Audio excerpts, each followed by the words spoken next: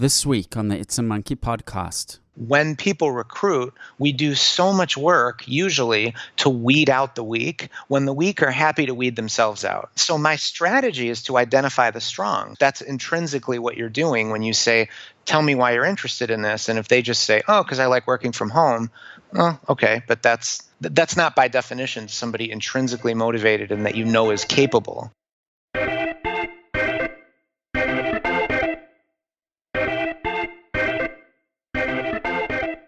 Good morning, good evening, hello, wherever you are in the world. My name is Kevin Garber. I am the CEO and founder of ManageFlitter and soon to be ManageSocial. It is Friday the 16th of February, heading well into the year. I'm coming to you live from downtown Sydney, Australia. With me, as always, is my host, Kate Frappell, the design lead at ManageFlitter and ManageSocial, who is coming live to you from the wonderful Whistler, Canada. This is the advantage of distributed teams and remote teams. We are spread out all over the world. So, Kate, thank you so much for joining us. No worries. It's good to be here again. So we are episode 113. As always, you can find our previous episodes of the podcast at itsamonkey.com. We're trying to bring them to you once a week. So make sure you subscribe with your favorite podcast player.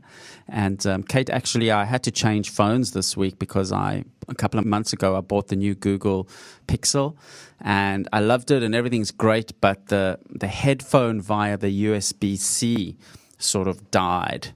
And I had to change the phones and go to the retailer, and it was a whole drama. And it was actually incredibly seamless to transfer, the backup from the Google apps, backs up your phone once a day. And it was really seamless to transfer everything across to the new phone, except one aspect was the podcast subscriptions. You've got to be really careful depending on what podcast player.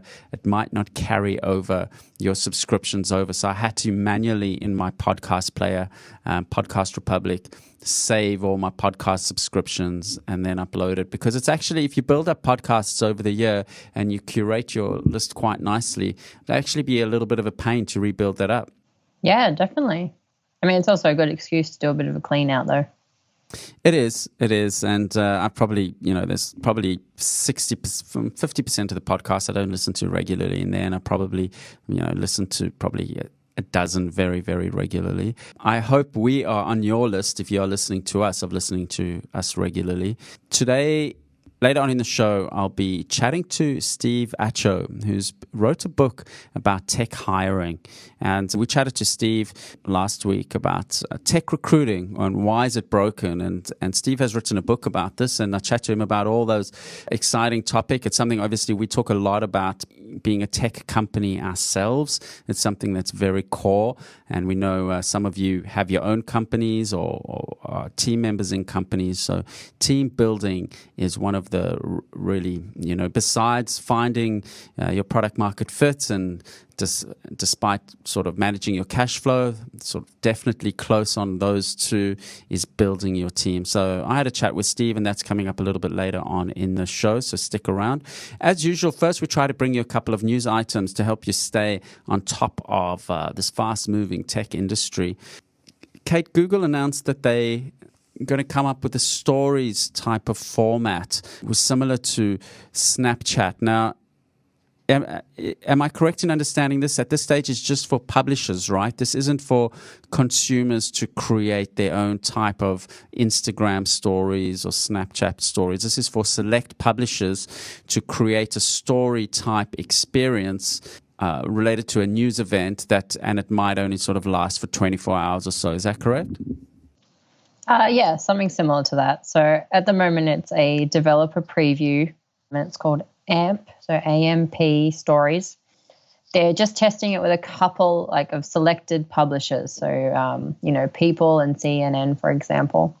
So yeah, basically the same idea as Snapchat and Instagram Stories, but they're going to appear at the top of Google search. So previous to this, they had what they call AMP articles, and they're optimized for mobile and for loading faster. And they sort of come up as a bit of a list in Google, so that they've already been using them. And now these stories are going to be basically the same, but also at the top, and they're going to have, visually rich content, that moves and, to then Google's not going to own the content. You are eventually, as businesses, going to be able to create your own. But at this stage of the game, they're just testing it. Yeah, I've been familiar with AMP. Those are those fast loading content on your phone, which is quite cool. But the stories aspect is quite interesting. Do you use on Snapchat? I see on Snapchat some publishers push in content through there. I never really look at it. Do you look at it? It depends. Sometimes, yeah. I mean, on the right-hand side most icon is called the Discover section, and that's where you could find stories from, the likes of BuzzFeed, or I think Cosmopolitan do one, and different tech companies and news outlets do them as well. And they're all in stories format, and usually you can actually swipe up mid-story to read an article. So it's not a bad way of consuming stuff. I do quite like the BuzzFeed ones, but I'm not checking it every day. I would be surprised if Twitter are not looking at some stories type of feature, both for their users as well for the publishers, because they haven't created any stories type feature. I mean, they got the moments, which in a way is a little bit like that, but it doesn't have any sort of time limitation on it, does it? Yeah, I mean, moments are more like an article, really. Like, it's just like dragging a bunch of interesting tweets about a certain topic into a web page. So it's really just a summary. I wouldn't call moments stories. I mean, Twitter could potentially do it, but they'd have to be careful. They're really focusing more on broadcasting news at the moment. Yeah, I think Twitter, they're trying to capitalize on the fact that Twitter's always been about breaking news and that real-time network. So they want to capitalize on that. Where I think they've got the advantage over the other platforms, where it's just, their strength is just the real-time nature of it. I don't think I think Twitter still own the real-time space when there's breaking news. Sort of Twitter's, where it sort of has the most velocity. Facebook still has, lags a little bit, or it's just not set up for that quick type of bouncing around a news item or a conference. So I think if Twitter are smart, which no doubt they are, they'll realize that that's their competitive advantage over the other platforms. Speaking of which, the Twitter share price has been doing very nicely after Twitter announced for the first time ever that they made a profit last quarter.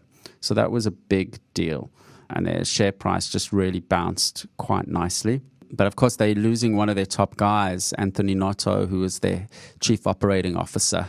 He's going to be CEO of another company. So, and this leads into our theme later on in the show, talking about tech recruiting and hiring and retaining. Even the top companies have the same issues, right? Not a straightforward problem to solve. Second news item. Wow, this was quite an interesting one that you sent me about self-healing artificial skin that can be used to embed sensors in. Tell us more about this. Yeah, so it's I guess a few different researchers have been working on different types of electronic skin for different reasons, and mostly in the idea of using it in VR and AR. But this new particular one is like a thin layer of film that you can put on your skin, perhaps, type thing. And it measures the pressure, temperature, humidity, and the airflow. And basically, if it cuts open, it's like made of these three sort of compounds which can mend themselves. Now, this is what I found actually most intriguing, the self-healing property that if it gets a little slit in it or a cut in it, it manages to recombine and heal itself, right? Yeah. So the article says 3 commercially available compounds that get mixed together in a matrix, and basically they're laced together with silver nanoparticles. And so when something's cut, the two sides of the wound will actually be attracted to each other and close back up again.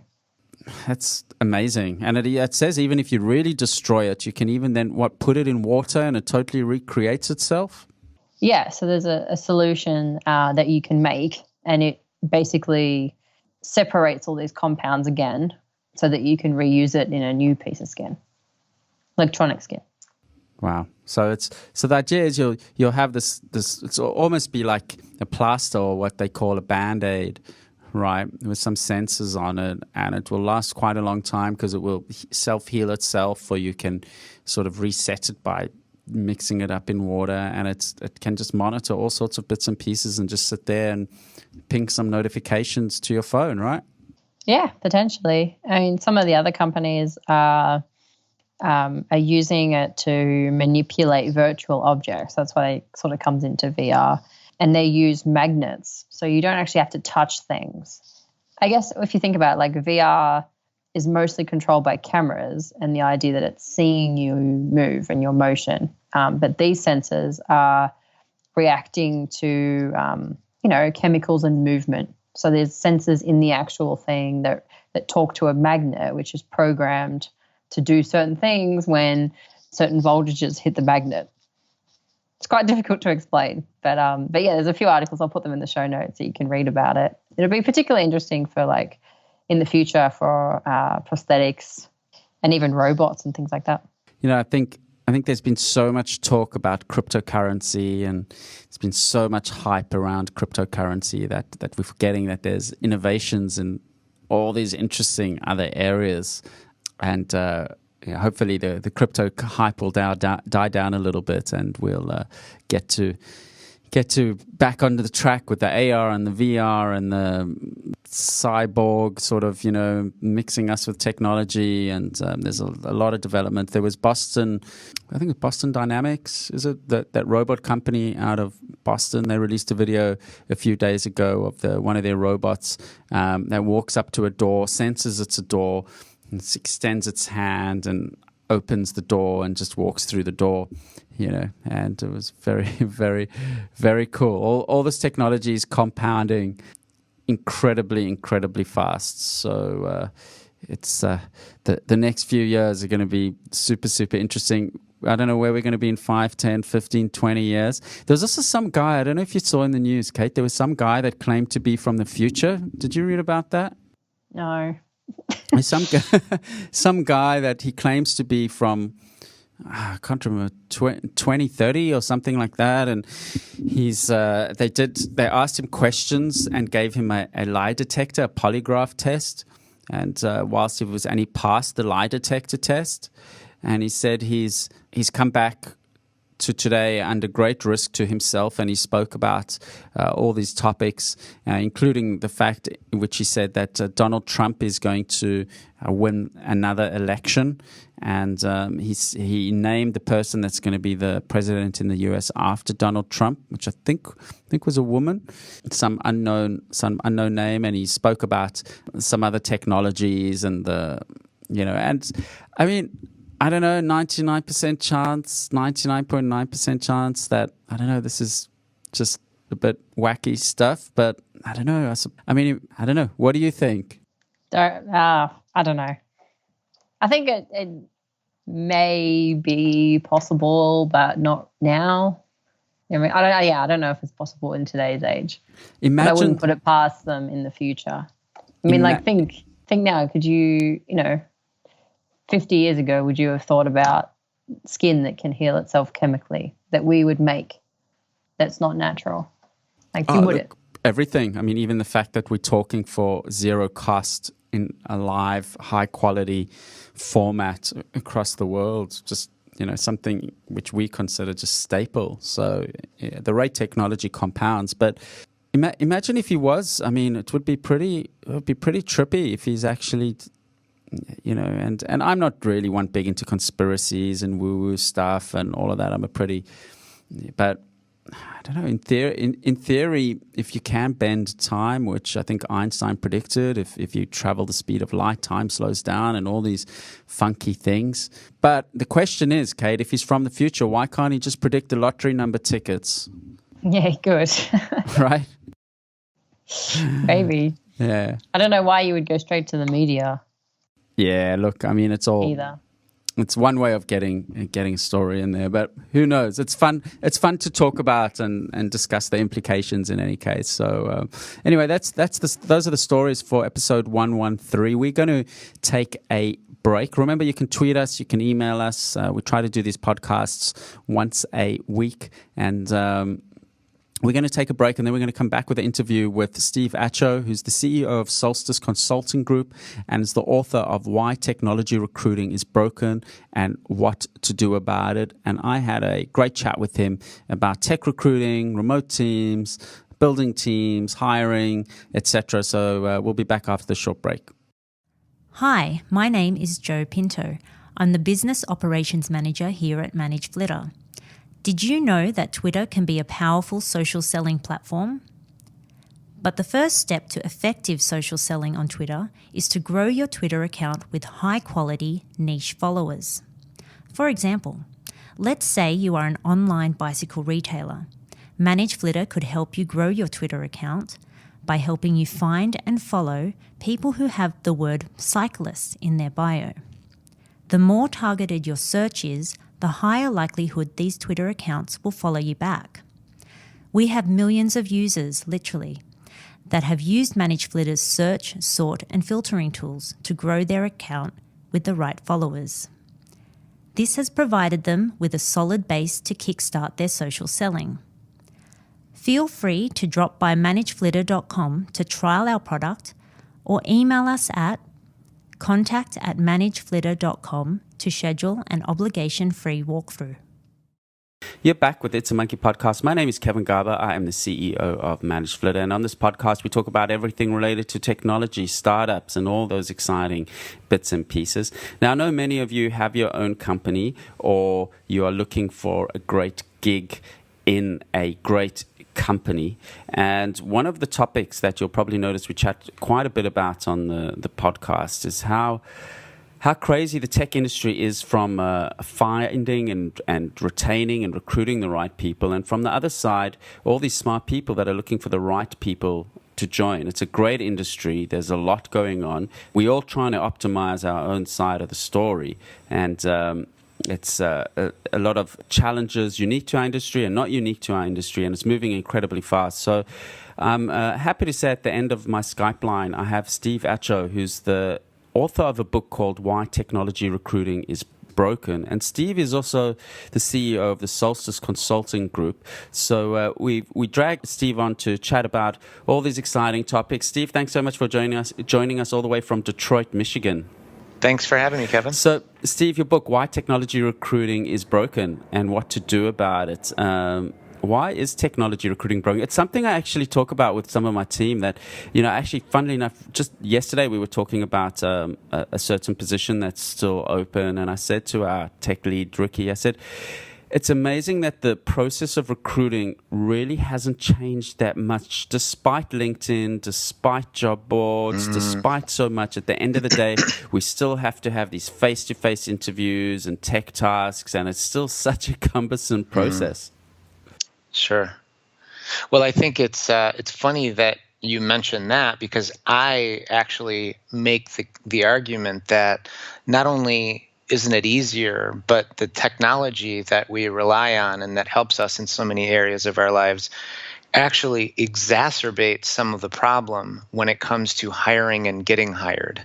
And I can tell you what some of those are. I'm in general not going to complain or rip on the industry unless I have a solution and something valuable for your listeners. But I'll start by saying that you're exactly right. There are, despite a huge proliferation of new technology and businesses operating very different, there haven't been drastic changes in the actual process that companies use to recruit people.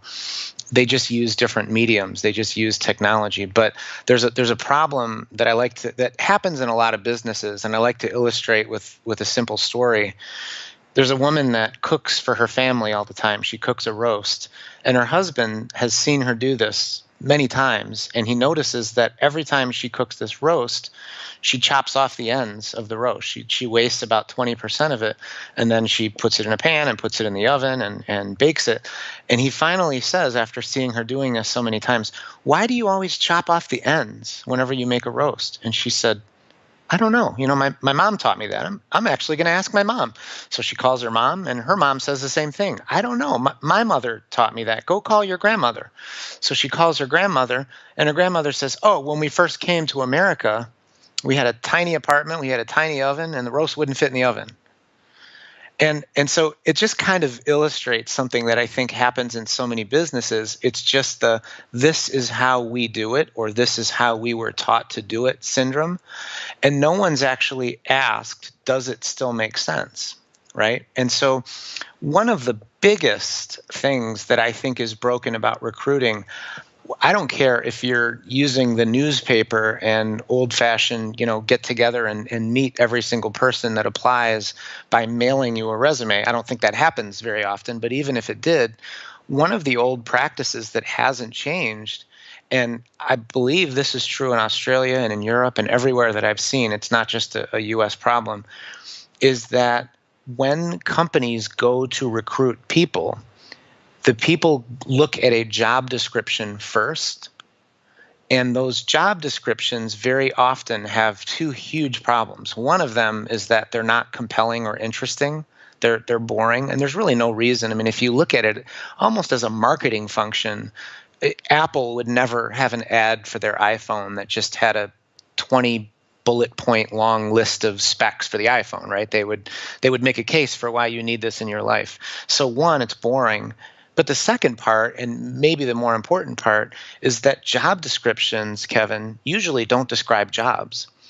They describe the qualifications and the requirements and the skills and the experience that people need to have in order to do the jobs. I would say often they spend 80 to 90% of the total words on the page of the job description not actually describing the job.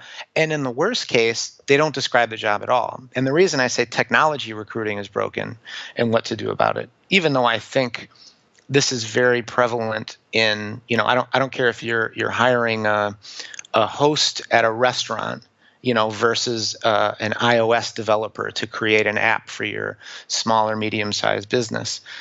Oftentimes when you see job descriptions, it just starts with, we're a great company, here's why you want to work for us, which is great. And then the very next thing it dives into is must have 5 years of experience in iOS, must have 3 years of experience with this database, must have, and it just gets right into qualifications. And in the defense of any job seeker looking at that, they can't accurately let you know whether they are able to do the job because you haven't told them what the job is.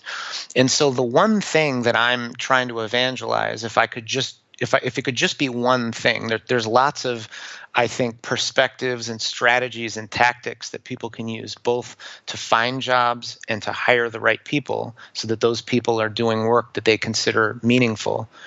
But if I could change one thing with a magic wand, it would be to get the hiring side, whether you're hiring one person or a team of people, to pay more attention to writing more compelling job descriptions. And number two, to write those job descriptions in a way, the trick to describing the outcome and the performance objectives of the jobs is forget about the person, forget about hiring even. Imagine you already hired a person and it's 90 days later and you're giving them a performance review, right? Performance is in the word, right?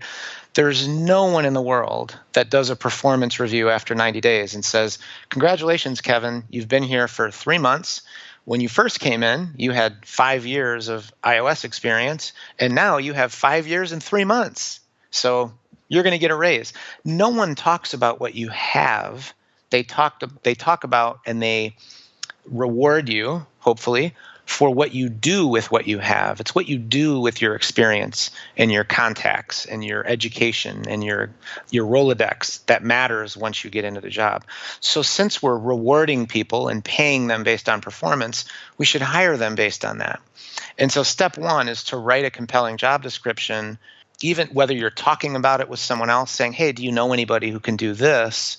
Or publishing it to a web page or one of the many places, LinkedIn and many of the others that you can attempt to have people apply. And you can start by saying, here are the 3 to 5 things that you need to do in order to be successful in this role. And I emphasize the word do because I think every one of those sentences has to start with a verb.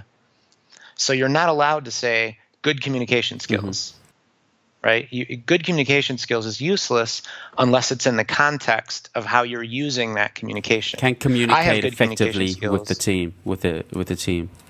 Exactly, yeah. So the skill of having, let's just say, to being able to articulate something well is part of the skill of having good communication. But to say something like must have great communication skills versus manage a team of 12 people, 5 of whom are in another country and time zone, and the rest of whom are, in your local office, that gives you context for what kind of, now you're dealing in different time zones. When you write an email before you go to bed, you better hope that you're not waking up to, what? I don't understand. So that puts a context of why you need good communication skills. You're not allowed to say must have 3 years of iOS development. You have to say something like, we are developing an app for our customers that does this. And if it's a competitive advantage, you don't have to say exactly what it is, but you can just say it uses the camera function in order to allow people to blah, blah, blah. And there are so many reasons why that reliably leads to conversations with people who are better fitting. And there are even more reasons why not doing that is a bad thing. And I think, sorry to interrupt there. I have the opposite frustration with candidates where we always put a couple of questions with the applicants just to get a sense of who they are. And sometimes one of the question is, Perfect. Why are you applying? Why have you chosen to apply for this role? And probably 50% of the time for these tech roles, they'll say, because I like the technology you are using and I want a remote role, right? Or something like that. And that, that doesn't give us absolutely anything about their interest or unique passion in joining us or the role, and it's that equivalent. I mean, I know what they're trying to say, and obviously by definition we are all self-interested, but some people have said great things in the past, like it looks like you're building a great product, and I'd love to be part of a smart remote team that's doing something new. And so I think from the candidate perspective as well, which we'll talk about shortly, that's also they also have to think in those terms of providing context. But Steve, what about for junior roles? I mean, it's easier to describe these bigger picture contexts if that's leadership positions or senior roles. But what about if you are hiring for a role that is quite production oriented? There's quite a bit of just day to day, transactional or grunt work that needs to do. How can you make sort of the job ad appealing in that sense, where literally a lot of what they are doing is perhaps less, there's less judgment, it's less qualitative, it's more quantitative?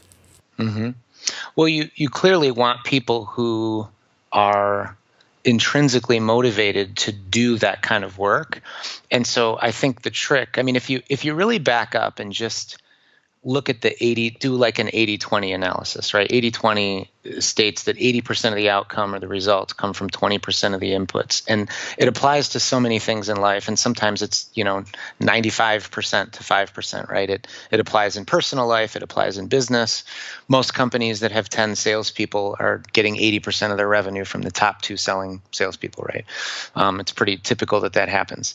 When you look at the 80-20 and I'll just look at the hiring side's perspective for now, think of you, for your company, hiring a person. What are the few most critical things that matter versus the trivial many? In other words, what's the least you need to know to be convinced that this person is a good fit? Let's just say for an interview. Never mind hiring, but just to get through the first quality gate, right? In my opinion, what you're looking for is 2 things: that the person is capable of doing the work, and so that presupposes that you've defined the work, not just the technology and the kinds of things they're working on, but the kinds of things they're going to need to do. What are the outcomes? And also that they're motivated. And so what you can do is, I really like how you're putting in those questions right in the beginning as kind of the first gate to get to know someone. So one of the things that I do is I'll say, I actually don't look at resumes right away. Someone has to come back to this auto reply or whatever system you use where you have it set up, where they actually have to respond to something first, not just close their eyes and click apply, right? Because I don't know who's applying. And so when that comes in, I'll say, thanks so much for your interest. They'll get an auto reply, probably similar to yours. And it says, my questions are really, number one, it'll say, you'll see that the performance objectives are 1, 2, and 3. These are the 3 most important things that you need to do in order to be considered successful in this job. Please write a concise sentence after each one that just tells me the most relevant accomplishment in your career so far. Now, maybe someone didn't do that exact thing. Many skills are portable. Sometimes you know one technology and it's fairly easy to learn another one. It's just a quick learning curve. But that gives them the opportunity.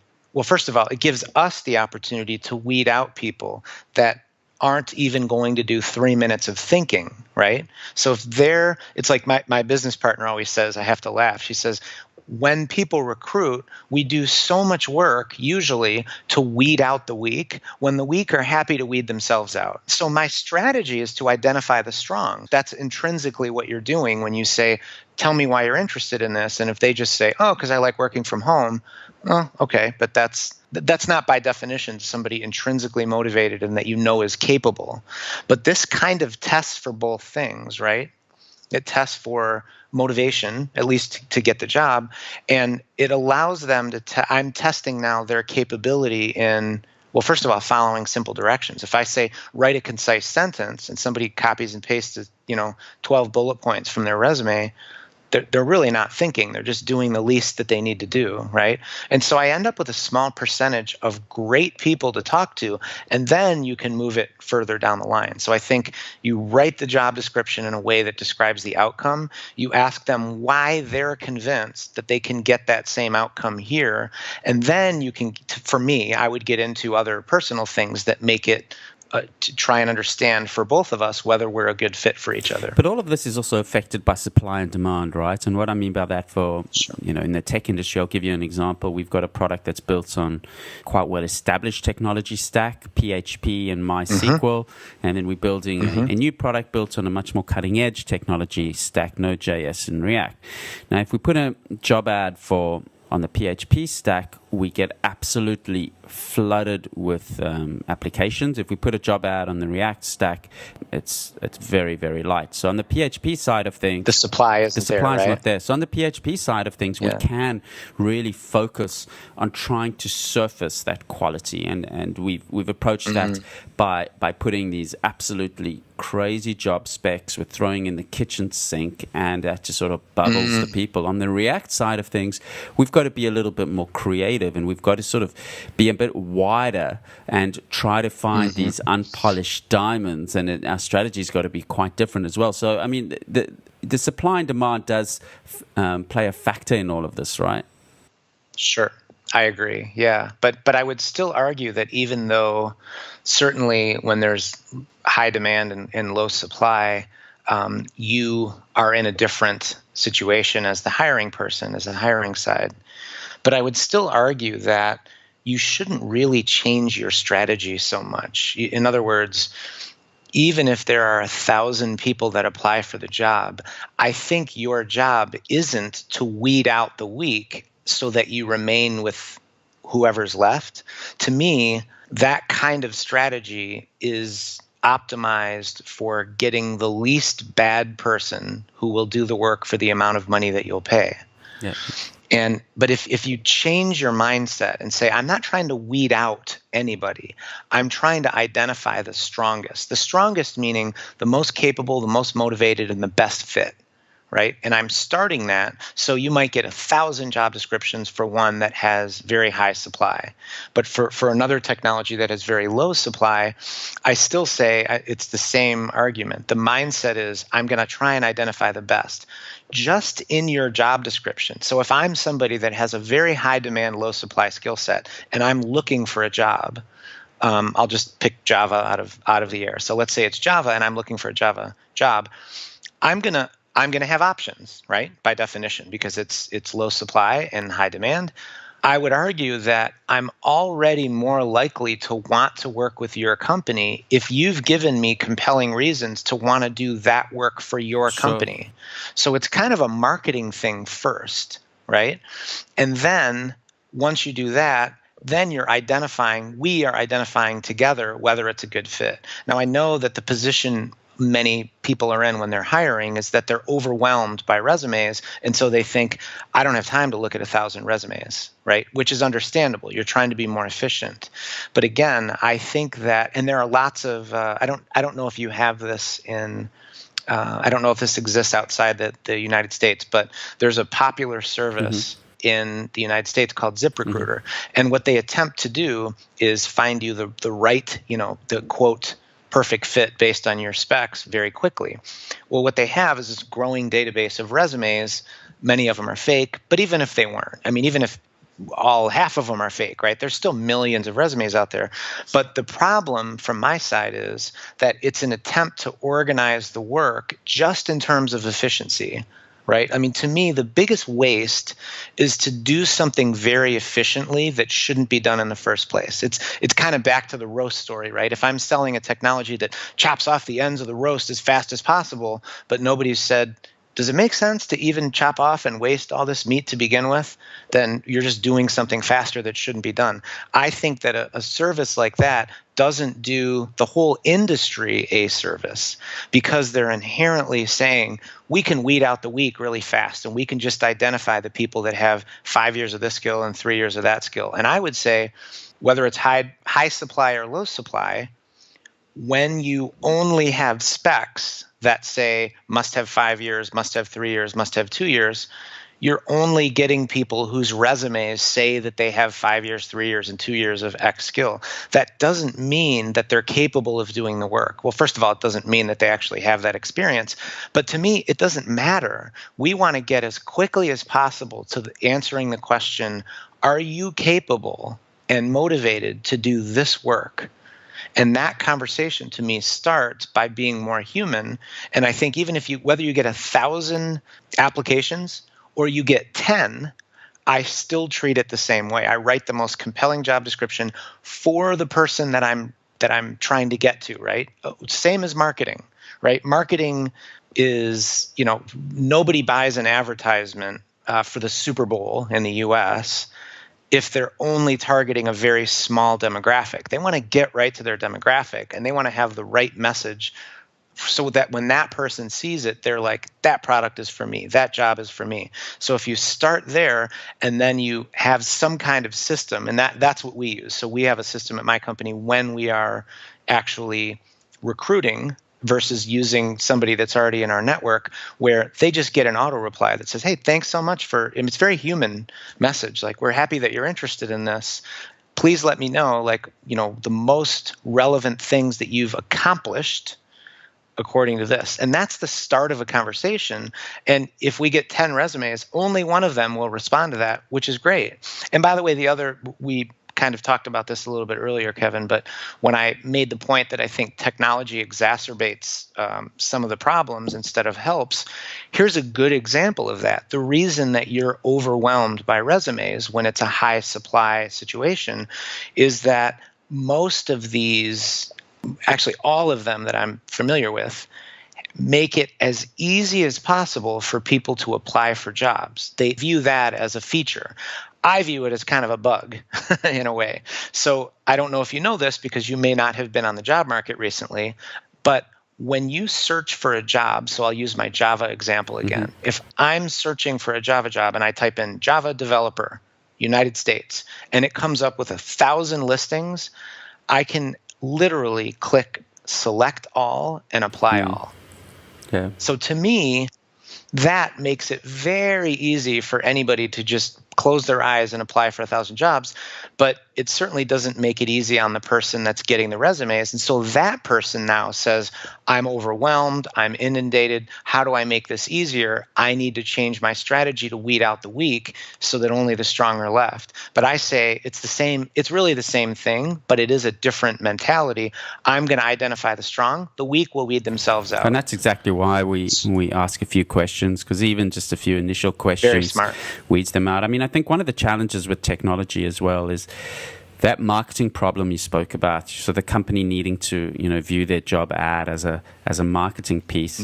The problem on the flip side is that technology people are technology people. They're not marketers, right? So themselves. Right. So the people applying for the job ads a lot of the time aren't particularly good at selling themselves. And to me, this also comes, as part of the art of hiring right, is looking for those unpolished diamonds where their resume on the face of it looks quite plain, but you notice a few exceptional things, a couple of achievements, or they've seemed to have accelerated through their career quite a lot. They might even be, and in Australia, we got the challenge where people play down their achievements, right? It's a different culture to America where it's not that culturally acceptable to really promote yourself very heavily. So humility is more respected, right? Where in America, I think even humble people, we're taught this is the time to kind of boast about yourself. If there's ever a time, this is the time, right? That's what's in our minds. Absolutely. So, as the person on the other end, even if we do a great job of marketing and getting decent pipeline, the good candidates don't necessarily make themselves stand out. And that's the tricky thing as well. And then maybe we can talk about, how can a candidate, I think technology people are infamously bad at putting resumes and applications together. I mean, it's so seldom that I see a fantastic one. And when they do, they really stand out. Everything from presentation of the resume to answering the questions correctly, or sometimes even following up applications, etc. Right. Yeah, that's a very good point. Well, they're in a tricky position because many of the systems don't give them access for good reasons. Yeah, they don't. I mean, if you've got 1,000 resumes in the last 24 hours, the last thing you want is 1,000 follow-up emails, right? Even though it might be a nice idea from the candidate side, but it's functionally unmanageable for you. And so I am of the opinion that someday we will be out of the resume business. I hope so. LinkedIn try to do that. Yeah. But LinkedIn in my opinion, is actually a good. If there is going to be a resume, it should be a living. I agree. Updated document that we can all. All you need is a good LinkedIn, unless you want to go the extra mile and have a website. But make sure that's good. A lot of people link to their websites, their personal websites, with sort of their resume on, and they're pretty lousy, which just sure. I think one strategy, Steve, though, that I think is so underutilized, at least in Australia. I don't know about the US, is you do not have to wait for a job ad to try to get a great job at a great company, right? And I get frustrated with some of my younger friends that are struggling to find a job. I say you don't need to wait for a job ad. Be proactive. Be proactive. Very Reach smart. out for a coffee, right? Everyone's available on email. Everyone's available on LinkedIn. Take a week off. Put yourself in a room. Send out 300 emails. Be smart about how you approach it. But from a candidate perspective, if you only applying on a job ad, you even just need another 2 candidates, and that brings your rate of success probability down to 1/3, which is pretty low, right? Mm-hmm. Well, in the U.S., unfortunately, by far the lowest percentage way to get an interview and a job is to apply for a job. So there is a 1 in 250 chance that you're going to get hired overall, which is nothing when you submit a resume. So as everybody knows, it's always best to have a warm lead and a contact. But I think you're right. The advice that I give both young professionals and more established professionals is that they should, number one, be very proactive. Number two, treat their job search as if it were a job. I mean, as if, it's amazing to me the amount of resources and money and time that we put into something like to managing a project like a wedding, for example, right? I mean, a year out, you have a wedding planner, which is essentially a project manager. You have a budget for everything. And that is hours of your life, hopefully one time, right? And you put so many resources into it, where this a career, your next job is arguably where you're going to be spending more of your waking hours than anything else. And so I'm totally with you. I mean, it's not even just send 100 emails. It's like treat this like this is your business, this is your job, and take it seriously. But as far as what to actually do, I always tell people to prioritize actually doing work that you want to do, or you want to be able to do, or you want, one of the things that younger people say is that there's a catch-22 in that companies want to hire people with experience, but you have to have experience in order to get a job. So like, how am I supposed to do this, right? I don't think that carries weight anymore, especially in tech, but really for anything. But let's just take let's just take people that build things, right? Or people that use data, whatever it is. Everybody knows somebody. Go donate your time. Go volunteer at some organization 1 day a week. You will expand your Rolodex, your resume, and your reputation, the 3 R's that really matter. And you're actually doing work. So if you're a developer and you work on Android or iOS, let's say, go offer to build an app for someone. Even if you have no experience, go offer to do it for free. Like, prioritize actually doing work. And I would say for some of the things that are kind of self-limiting beliefs of people that are more established in their career who want to find more meaningful work is they have the experience, they've done things, but they are categorizing themselves. So for instance, someone will say, well, I'm a finance guy, or I'm a retail industry guy or gal, whatever it is. And I think if you start looking more about the kind of work that you do, and by work I mean problem solving, right? That's what all of our work is it solves a problem. So what are the problems that you enjoy and that you excel at solving, and where do you want to do it? The fact that you spent 20 years in pharma or retail or whatever it is less relevant in terms of getting your next job than it is to really understand what are you good at that maybe many other people aren't. How do you like to solve problems? Who do you like to work with? And then you start asking around. And that's part of your job in finding a new job, is talking to other people, talking to people in different industries, talking to people that have the job that you want to have, and networking that way, as opposed to just locking yourself up in the library at home and just mass applying for jobs. It's okay to do that. I think, I'm not knocking applying for jobs, because certainly if you don't, you have zero chance, right? Let alone, 0.5 chance or whatever it is. But I think there have to be many tactics, and you want meaningful work, not just a job, right? I assume most people. And I think what, the very high profile companies like Google, Twitter, Facebook, Intel, they may get quite a lot of unsolicited reach outs for coffees, etc. But there's a whole layer of companies one notch down from that, right? That I can guarantee you the execs there get hardly any, right, approaches. I mean, story that I tell sometimes, many years ago in the early days of the internet, when I was still in South Africa and I was working in talkback radio at the time, I reached out by email that time to the head of New York City's biggest talkback radio station, and I said, hey, I'm going to be in New York for a week. I'd love to come and see your setup. He replied back and he said, sure. I said to my station manager in South Africa at the time, I said, hey, Alan, I'm lucky enough to be going on a trip to New York for 2 weeks, and I'm going to visit and meet with the station manager of the biggest radio station in New York City. And he said to me, Kevin, wow, how did you organize that? I said, I reached out and I asked him. You asked. and right. And I really get frustrated with people. It's really that simple. Sure, to get a meeting with the CEO of Google and Twitter and all that, forget it. Sure. Right? But the one-notch companies down, or even execs at Google that maybe aren't in. I mean, when I first visited San Francisco nearly 10 years ago, I actually put up a Craigslist ad in the Making Friends section and said, "Hi, I'm an Australian coming to San Francisco. I'd love to meet locals to show me around." I met an Australian that was living there for quite a while. We became friends. She introduced me to someone who worked as a bookkeeper at Google.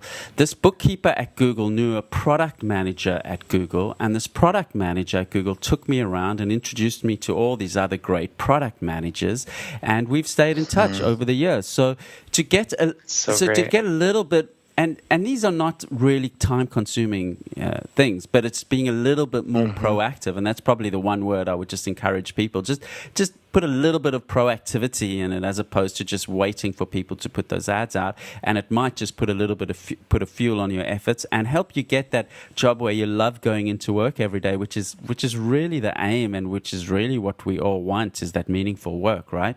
Agreed. Yeah. Steve, it's been great talking to you. Is your book available online? Where can we find it? Is on Amazon. Yes, sir. So Steve's book is Why Technology Recruiting is Broken and What to Do About It. Steve Acho is also the CEO of the Solstice Consulting Group. You're on Twitter and LinkedIn, I assume, if people want to reach out to you? LinkedIn is a great way to find me, yes. Happy to connect with people and help any way I can. Terrific. It's been great talking with you. We really appreciate your time, and thanks for joining us on the show today. Thank you, sir. The It's a Monkey podcast is brought to you by CheckDog. Use CheckDog to easily review and monitor your website for spelling errors, broken links, and broken images, all with the push of one button. CheckDog can also automatically monitor your website and notify you of newly introduced spelling errors. Go to checkdog.com/podcast to receive 50% off your first month subscription. CheckDog.com, helping the world's leading websites keep their content error-free. Kate, we revisit this topic so often, and recruiting in general is just broken. I mean, it's just so frustrating for everyone that we're still struggling with techniques and process that have been around forever, you know. Yeah, definitely.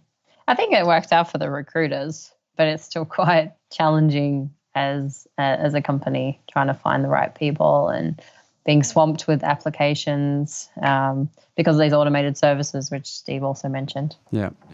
And I mentioned in the chatting how we just put a couple of questions in there just to if anything, just try to get around that issue and just try to appeal to people that are a little bit more motivated. But it's a challenge. I mean, I was at a seminar earlier this week by some business execs here in Sydney, and they were speaking about how every year it is that much more difficult to retain good team members. Especially, I think there seems to be sort of two striders, especially in the tech world. There's you got countries like Australia and America where their economics are quite strong and the countries are quite stable and doing well and a lot of growth.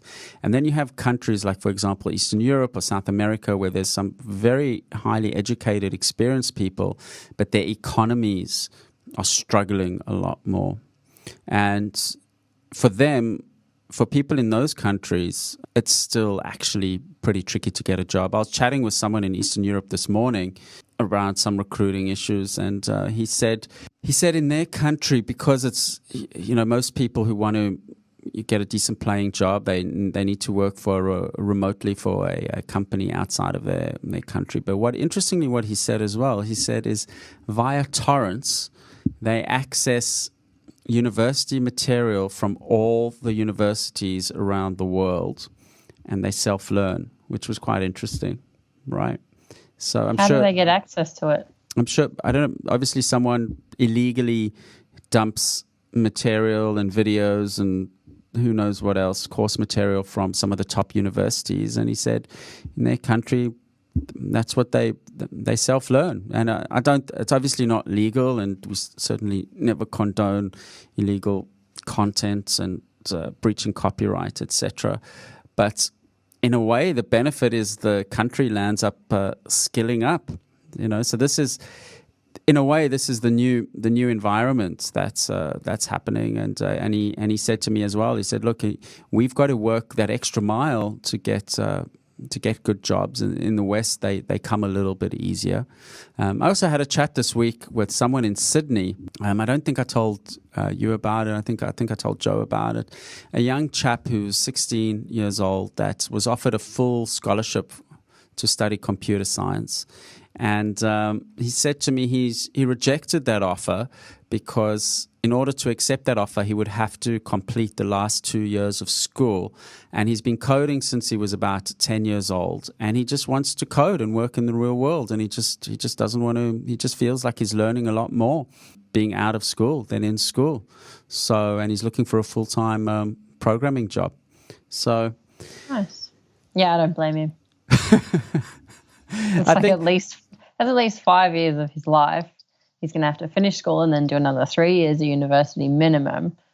And he already knows how to code. And from I haven't done computer science, but from my university experience and from talking to people who have done computer science, you don't learn a whole lot really. Like you're self-teaching yourself anyway. Well, I think the challenge with school and with uni is it's not compressed learning. I think you do learn valuable skills, but it's not optimal timing. It's a lot of time for, smaller sort of learning and payoff. And I think those whole models really need to change. And I think they are changing de facto. I think kids learn a lot through YouTube and through the internet, and they're learning a lot themselves in any case. So it is changing, but I can see why someone who it just doesn't suit just say, I'm learning in a day what I learn at school in 2 weeks. Sort of what's the point, So the education system really needs to rise up and match where we're at. I feel there's still some way to go, but wow, it's certainly quite bold of him. I'm sure he'll eventually, anyone who's self-taught since 10, would be able to get a job somewhere in Sydney. Everyone's desperate for developers. So, yeah, interesting to see the shifts and changes on that side of things. And but he's definitely in Sydney, I don't think, and in the States, and the supply is just so far behind the demand for developers that it's really actually in a way holding back the development of the industries. So, yeah. Yeah, definitely. I think the interesting thing too about, which I've learned since coming to Whistler, is the university experience in different countries is like vastly different. So in Australia, most people live at home with their parents and they commute to university, and then they go there maybe 3 times a week on a part-time. I mean, they're studying full-time, but they're not doing, full-time work hours at uni. They're just in and out type thing between lectures and you call it tutorials. But like, for example, in England, apparently everyone lives on campus. Like everyone leaves home, lives on campus, and like it's not only learning about your degree, it's like also just learning to survive by yourself and getting along with others and living outside of the home, managing your money, all that stuff. Like you actually learn a lot personally as well as through an education, and you spend a lot of time there with people who are doing the same thing as you, and you're kind of really submerged in that, whereas in Australia it just seems to lack it a lot. Yeah, I think it's a more America as well, it's a more liberal arts, holistic type of education. I know at a lot of universities in America, you do have to live on campus for the first 2 years. That's part of the requirements. And some universities, I think I know at Yale and probably others, you have to become fluent in a second language, and you have to create some significant charity project of sorts as well. So it's a different approach. The argument is that it's much more indirect skills and learning, whereas maybe in Australia or South Africa, South Africa, you could be a qualified accountant by the time you were, 23, 24 and be deep in it, but you wouldn't have had all this holistic experience. So it also depends on the luxury to have the time and the cost of the side of things, as opposed to the vocational side of things where we're going and learning a skill and we're getting, Australia, tradespeople do incredibly well. So, a lot of people choose to to become tradespeople, because there's a lot of good work, it's a lot of good money, and in a way, you know, you don't have to go do a 3-4 year degree and then still not exactly quite have direction. So, different models, I guess. But great. I think that's episode 113 done. So we've got some great interviews coming up over the next couple of weeks. If you want to be interviewed, or you know anyone who wants to be interviewed, or you'd like a specific guest, email us at podcast@itsamonkey.com. And also go back and listen to some of the previous shows. The last year we had some fantastic guests. We have had David Hannemeyer Hansen from the CEO of Basecamp, who's a great outspoken person. I chatted with Dr. John DeMartini, who's a self-development guru. Even going back further, we chatted with Melanie Perkins, who's the CEO of Canva. We've had all sorts of people. So if you do enjoy this podcast, go back in the archives a little bit, and you'll find some interesting shows. There are now 112 previous episodes, so a little bit. We even chatted about Bitcoin way back. It probably was a very clunky discussion because I understood very little about it. But so I'm a little bit fearful to go and listen to what my questions were about it. But maybe one day I'll listen, and that'll be a little bit of fun. But anyway, thank you so much for listening. Appreciate it. And we'll see you on the next episode of the podcast.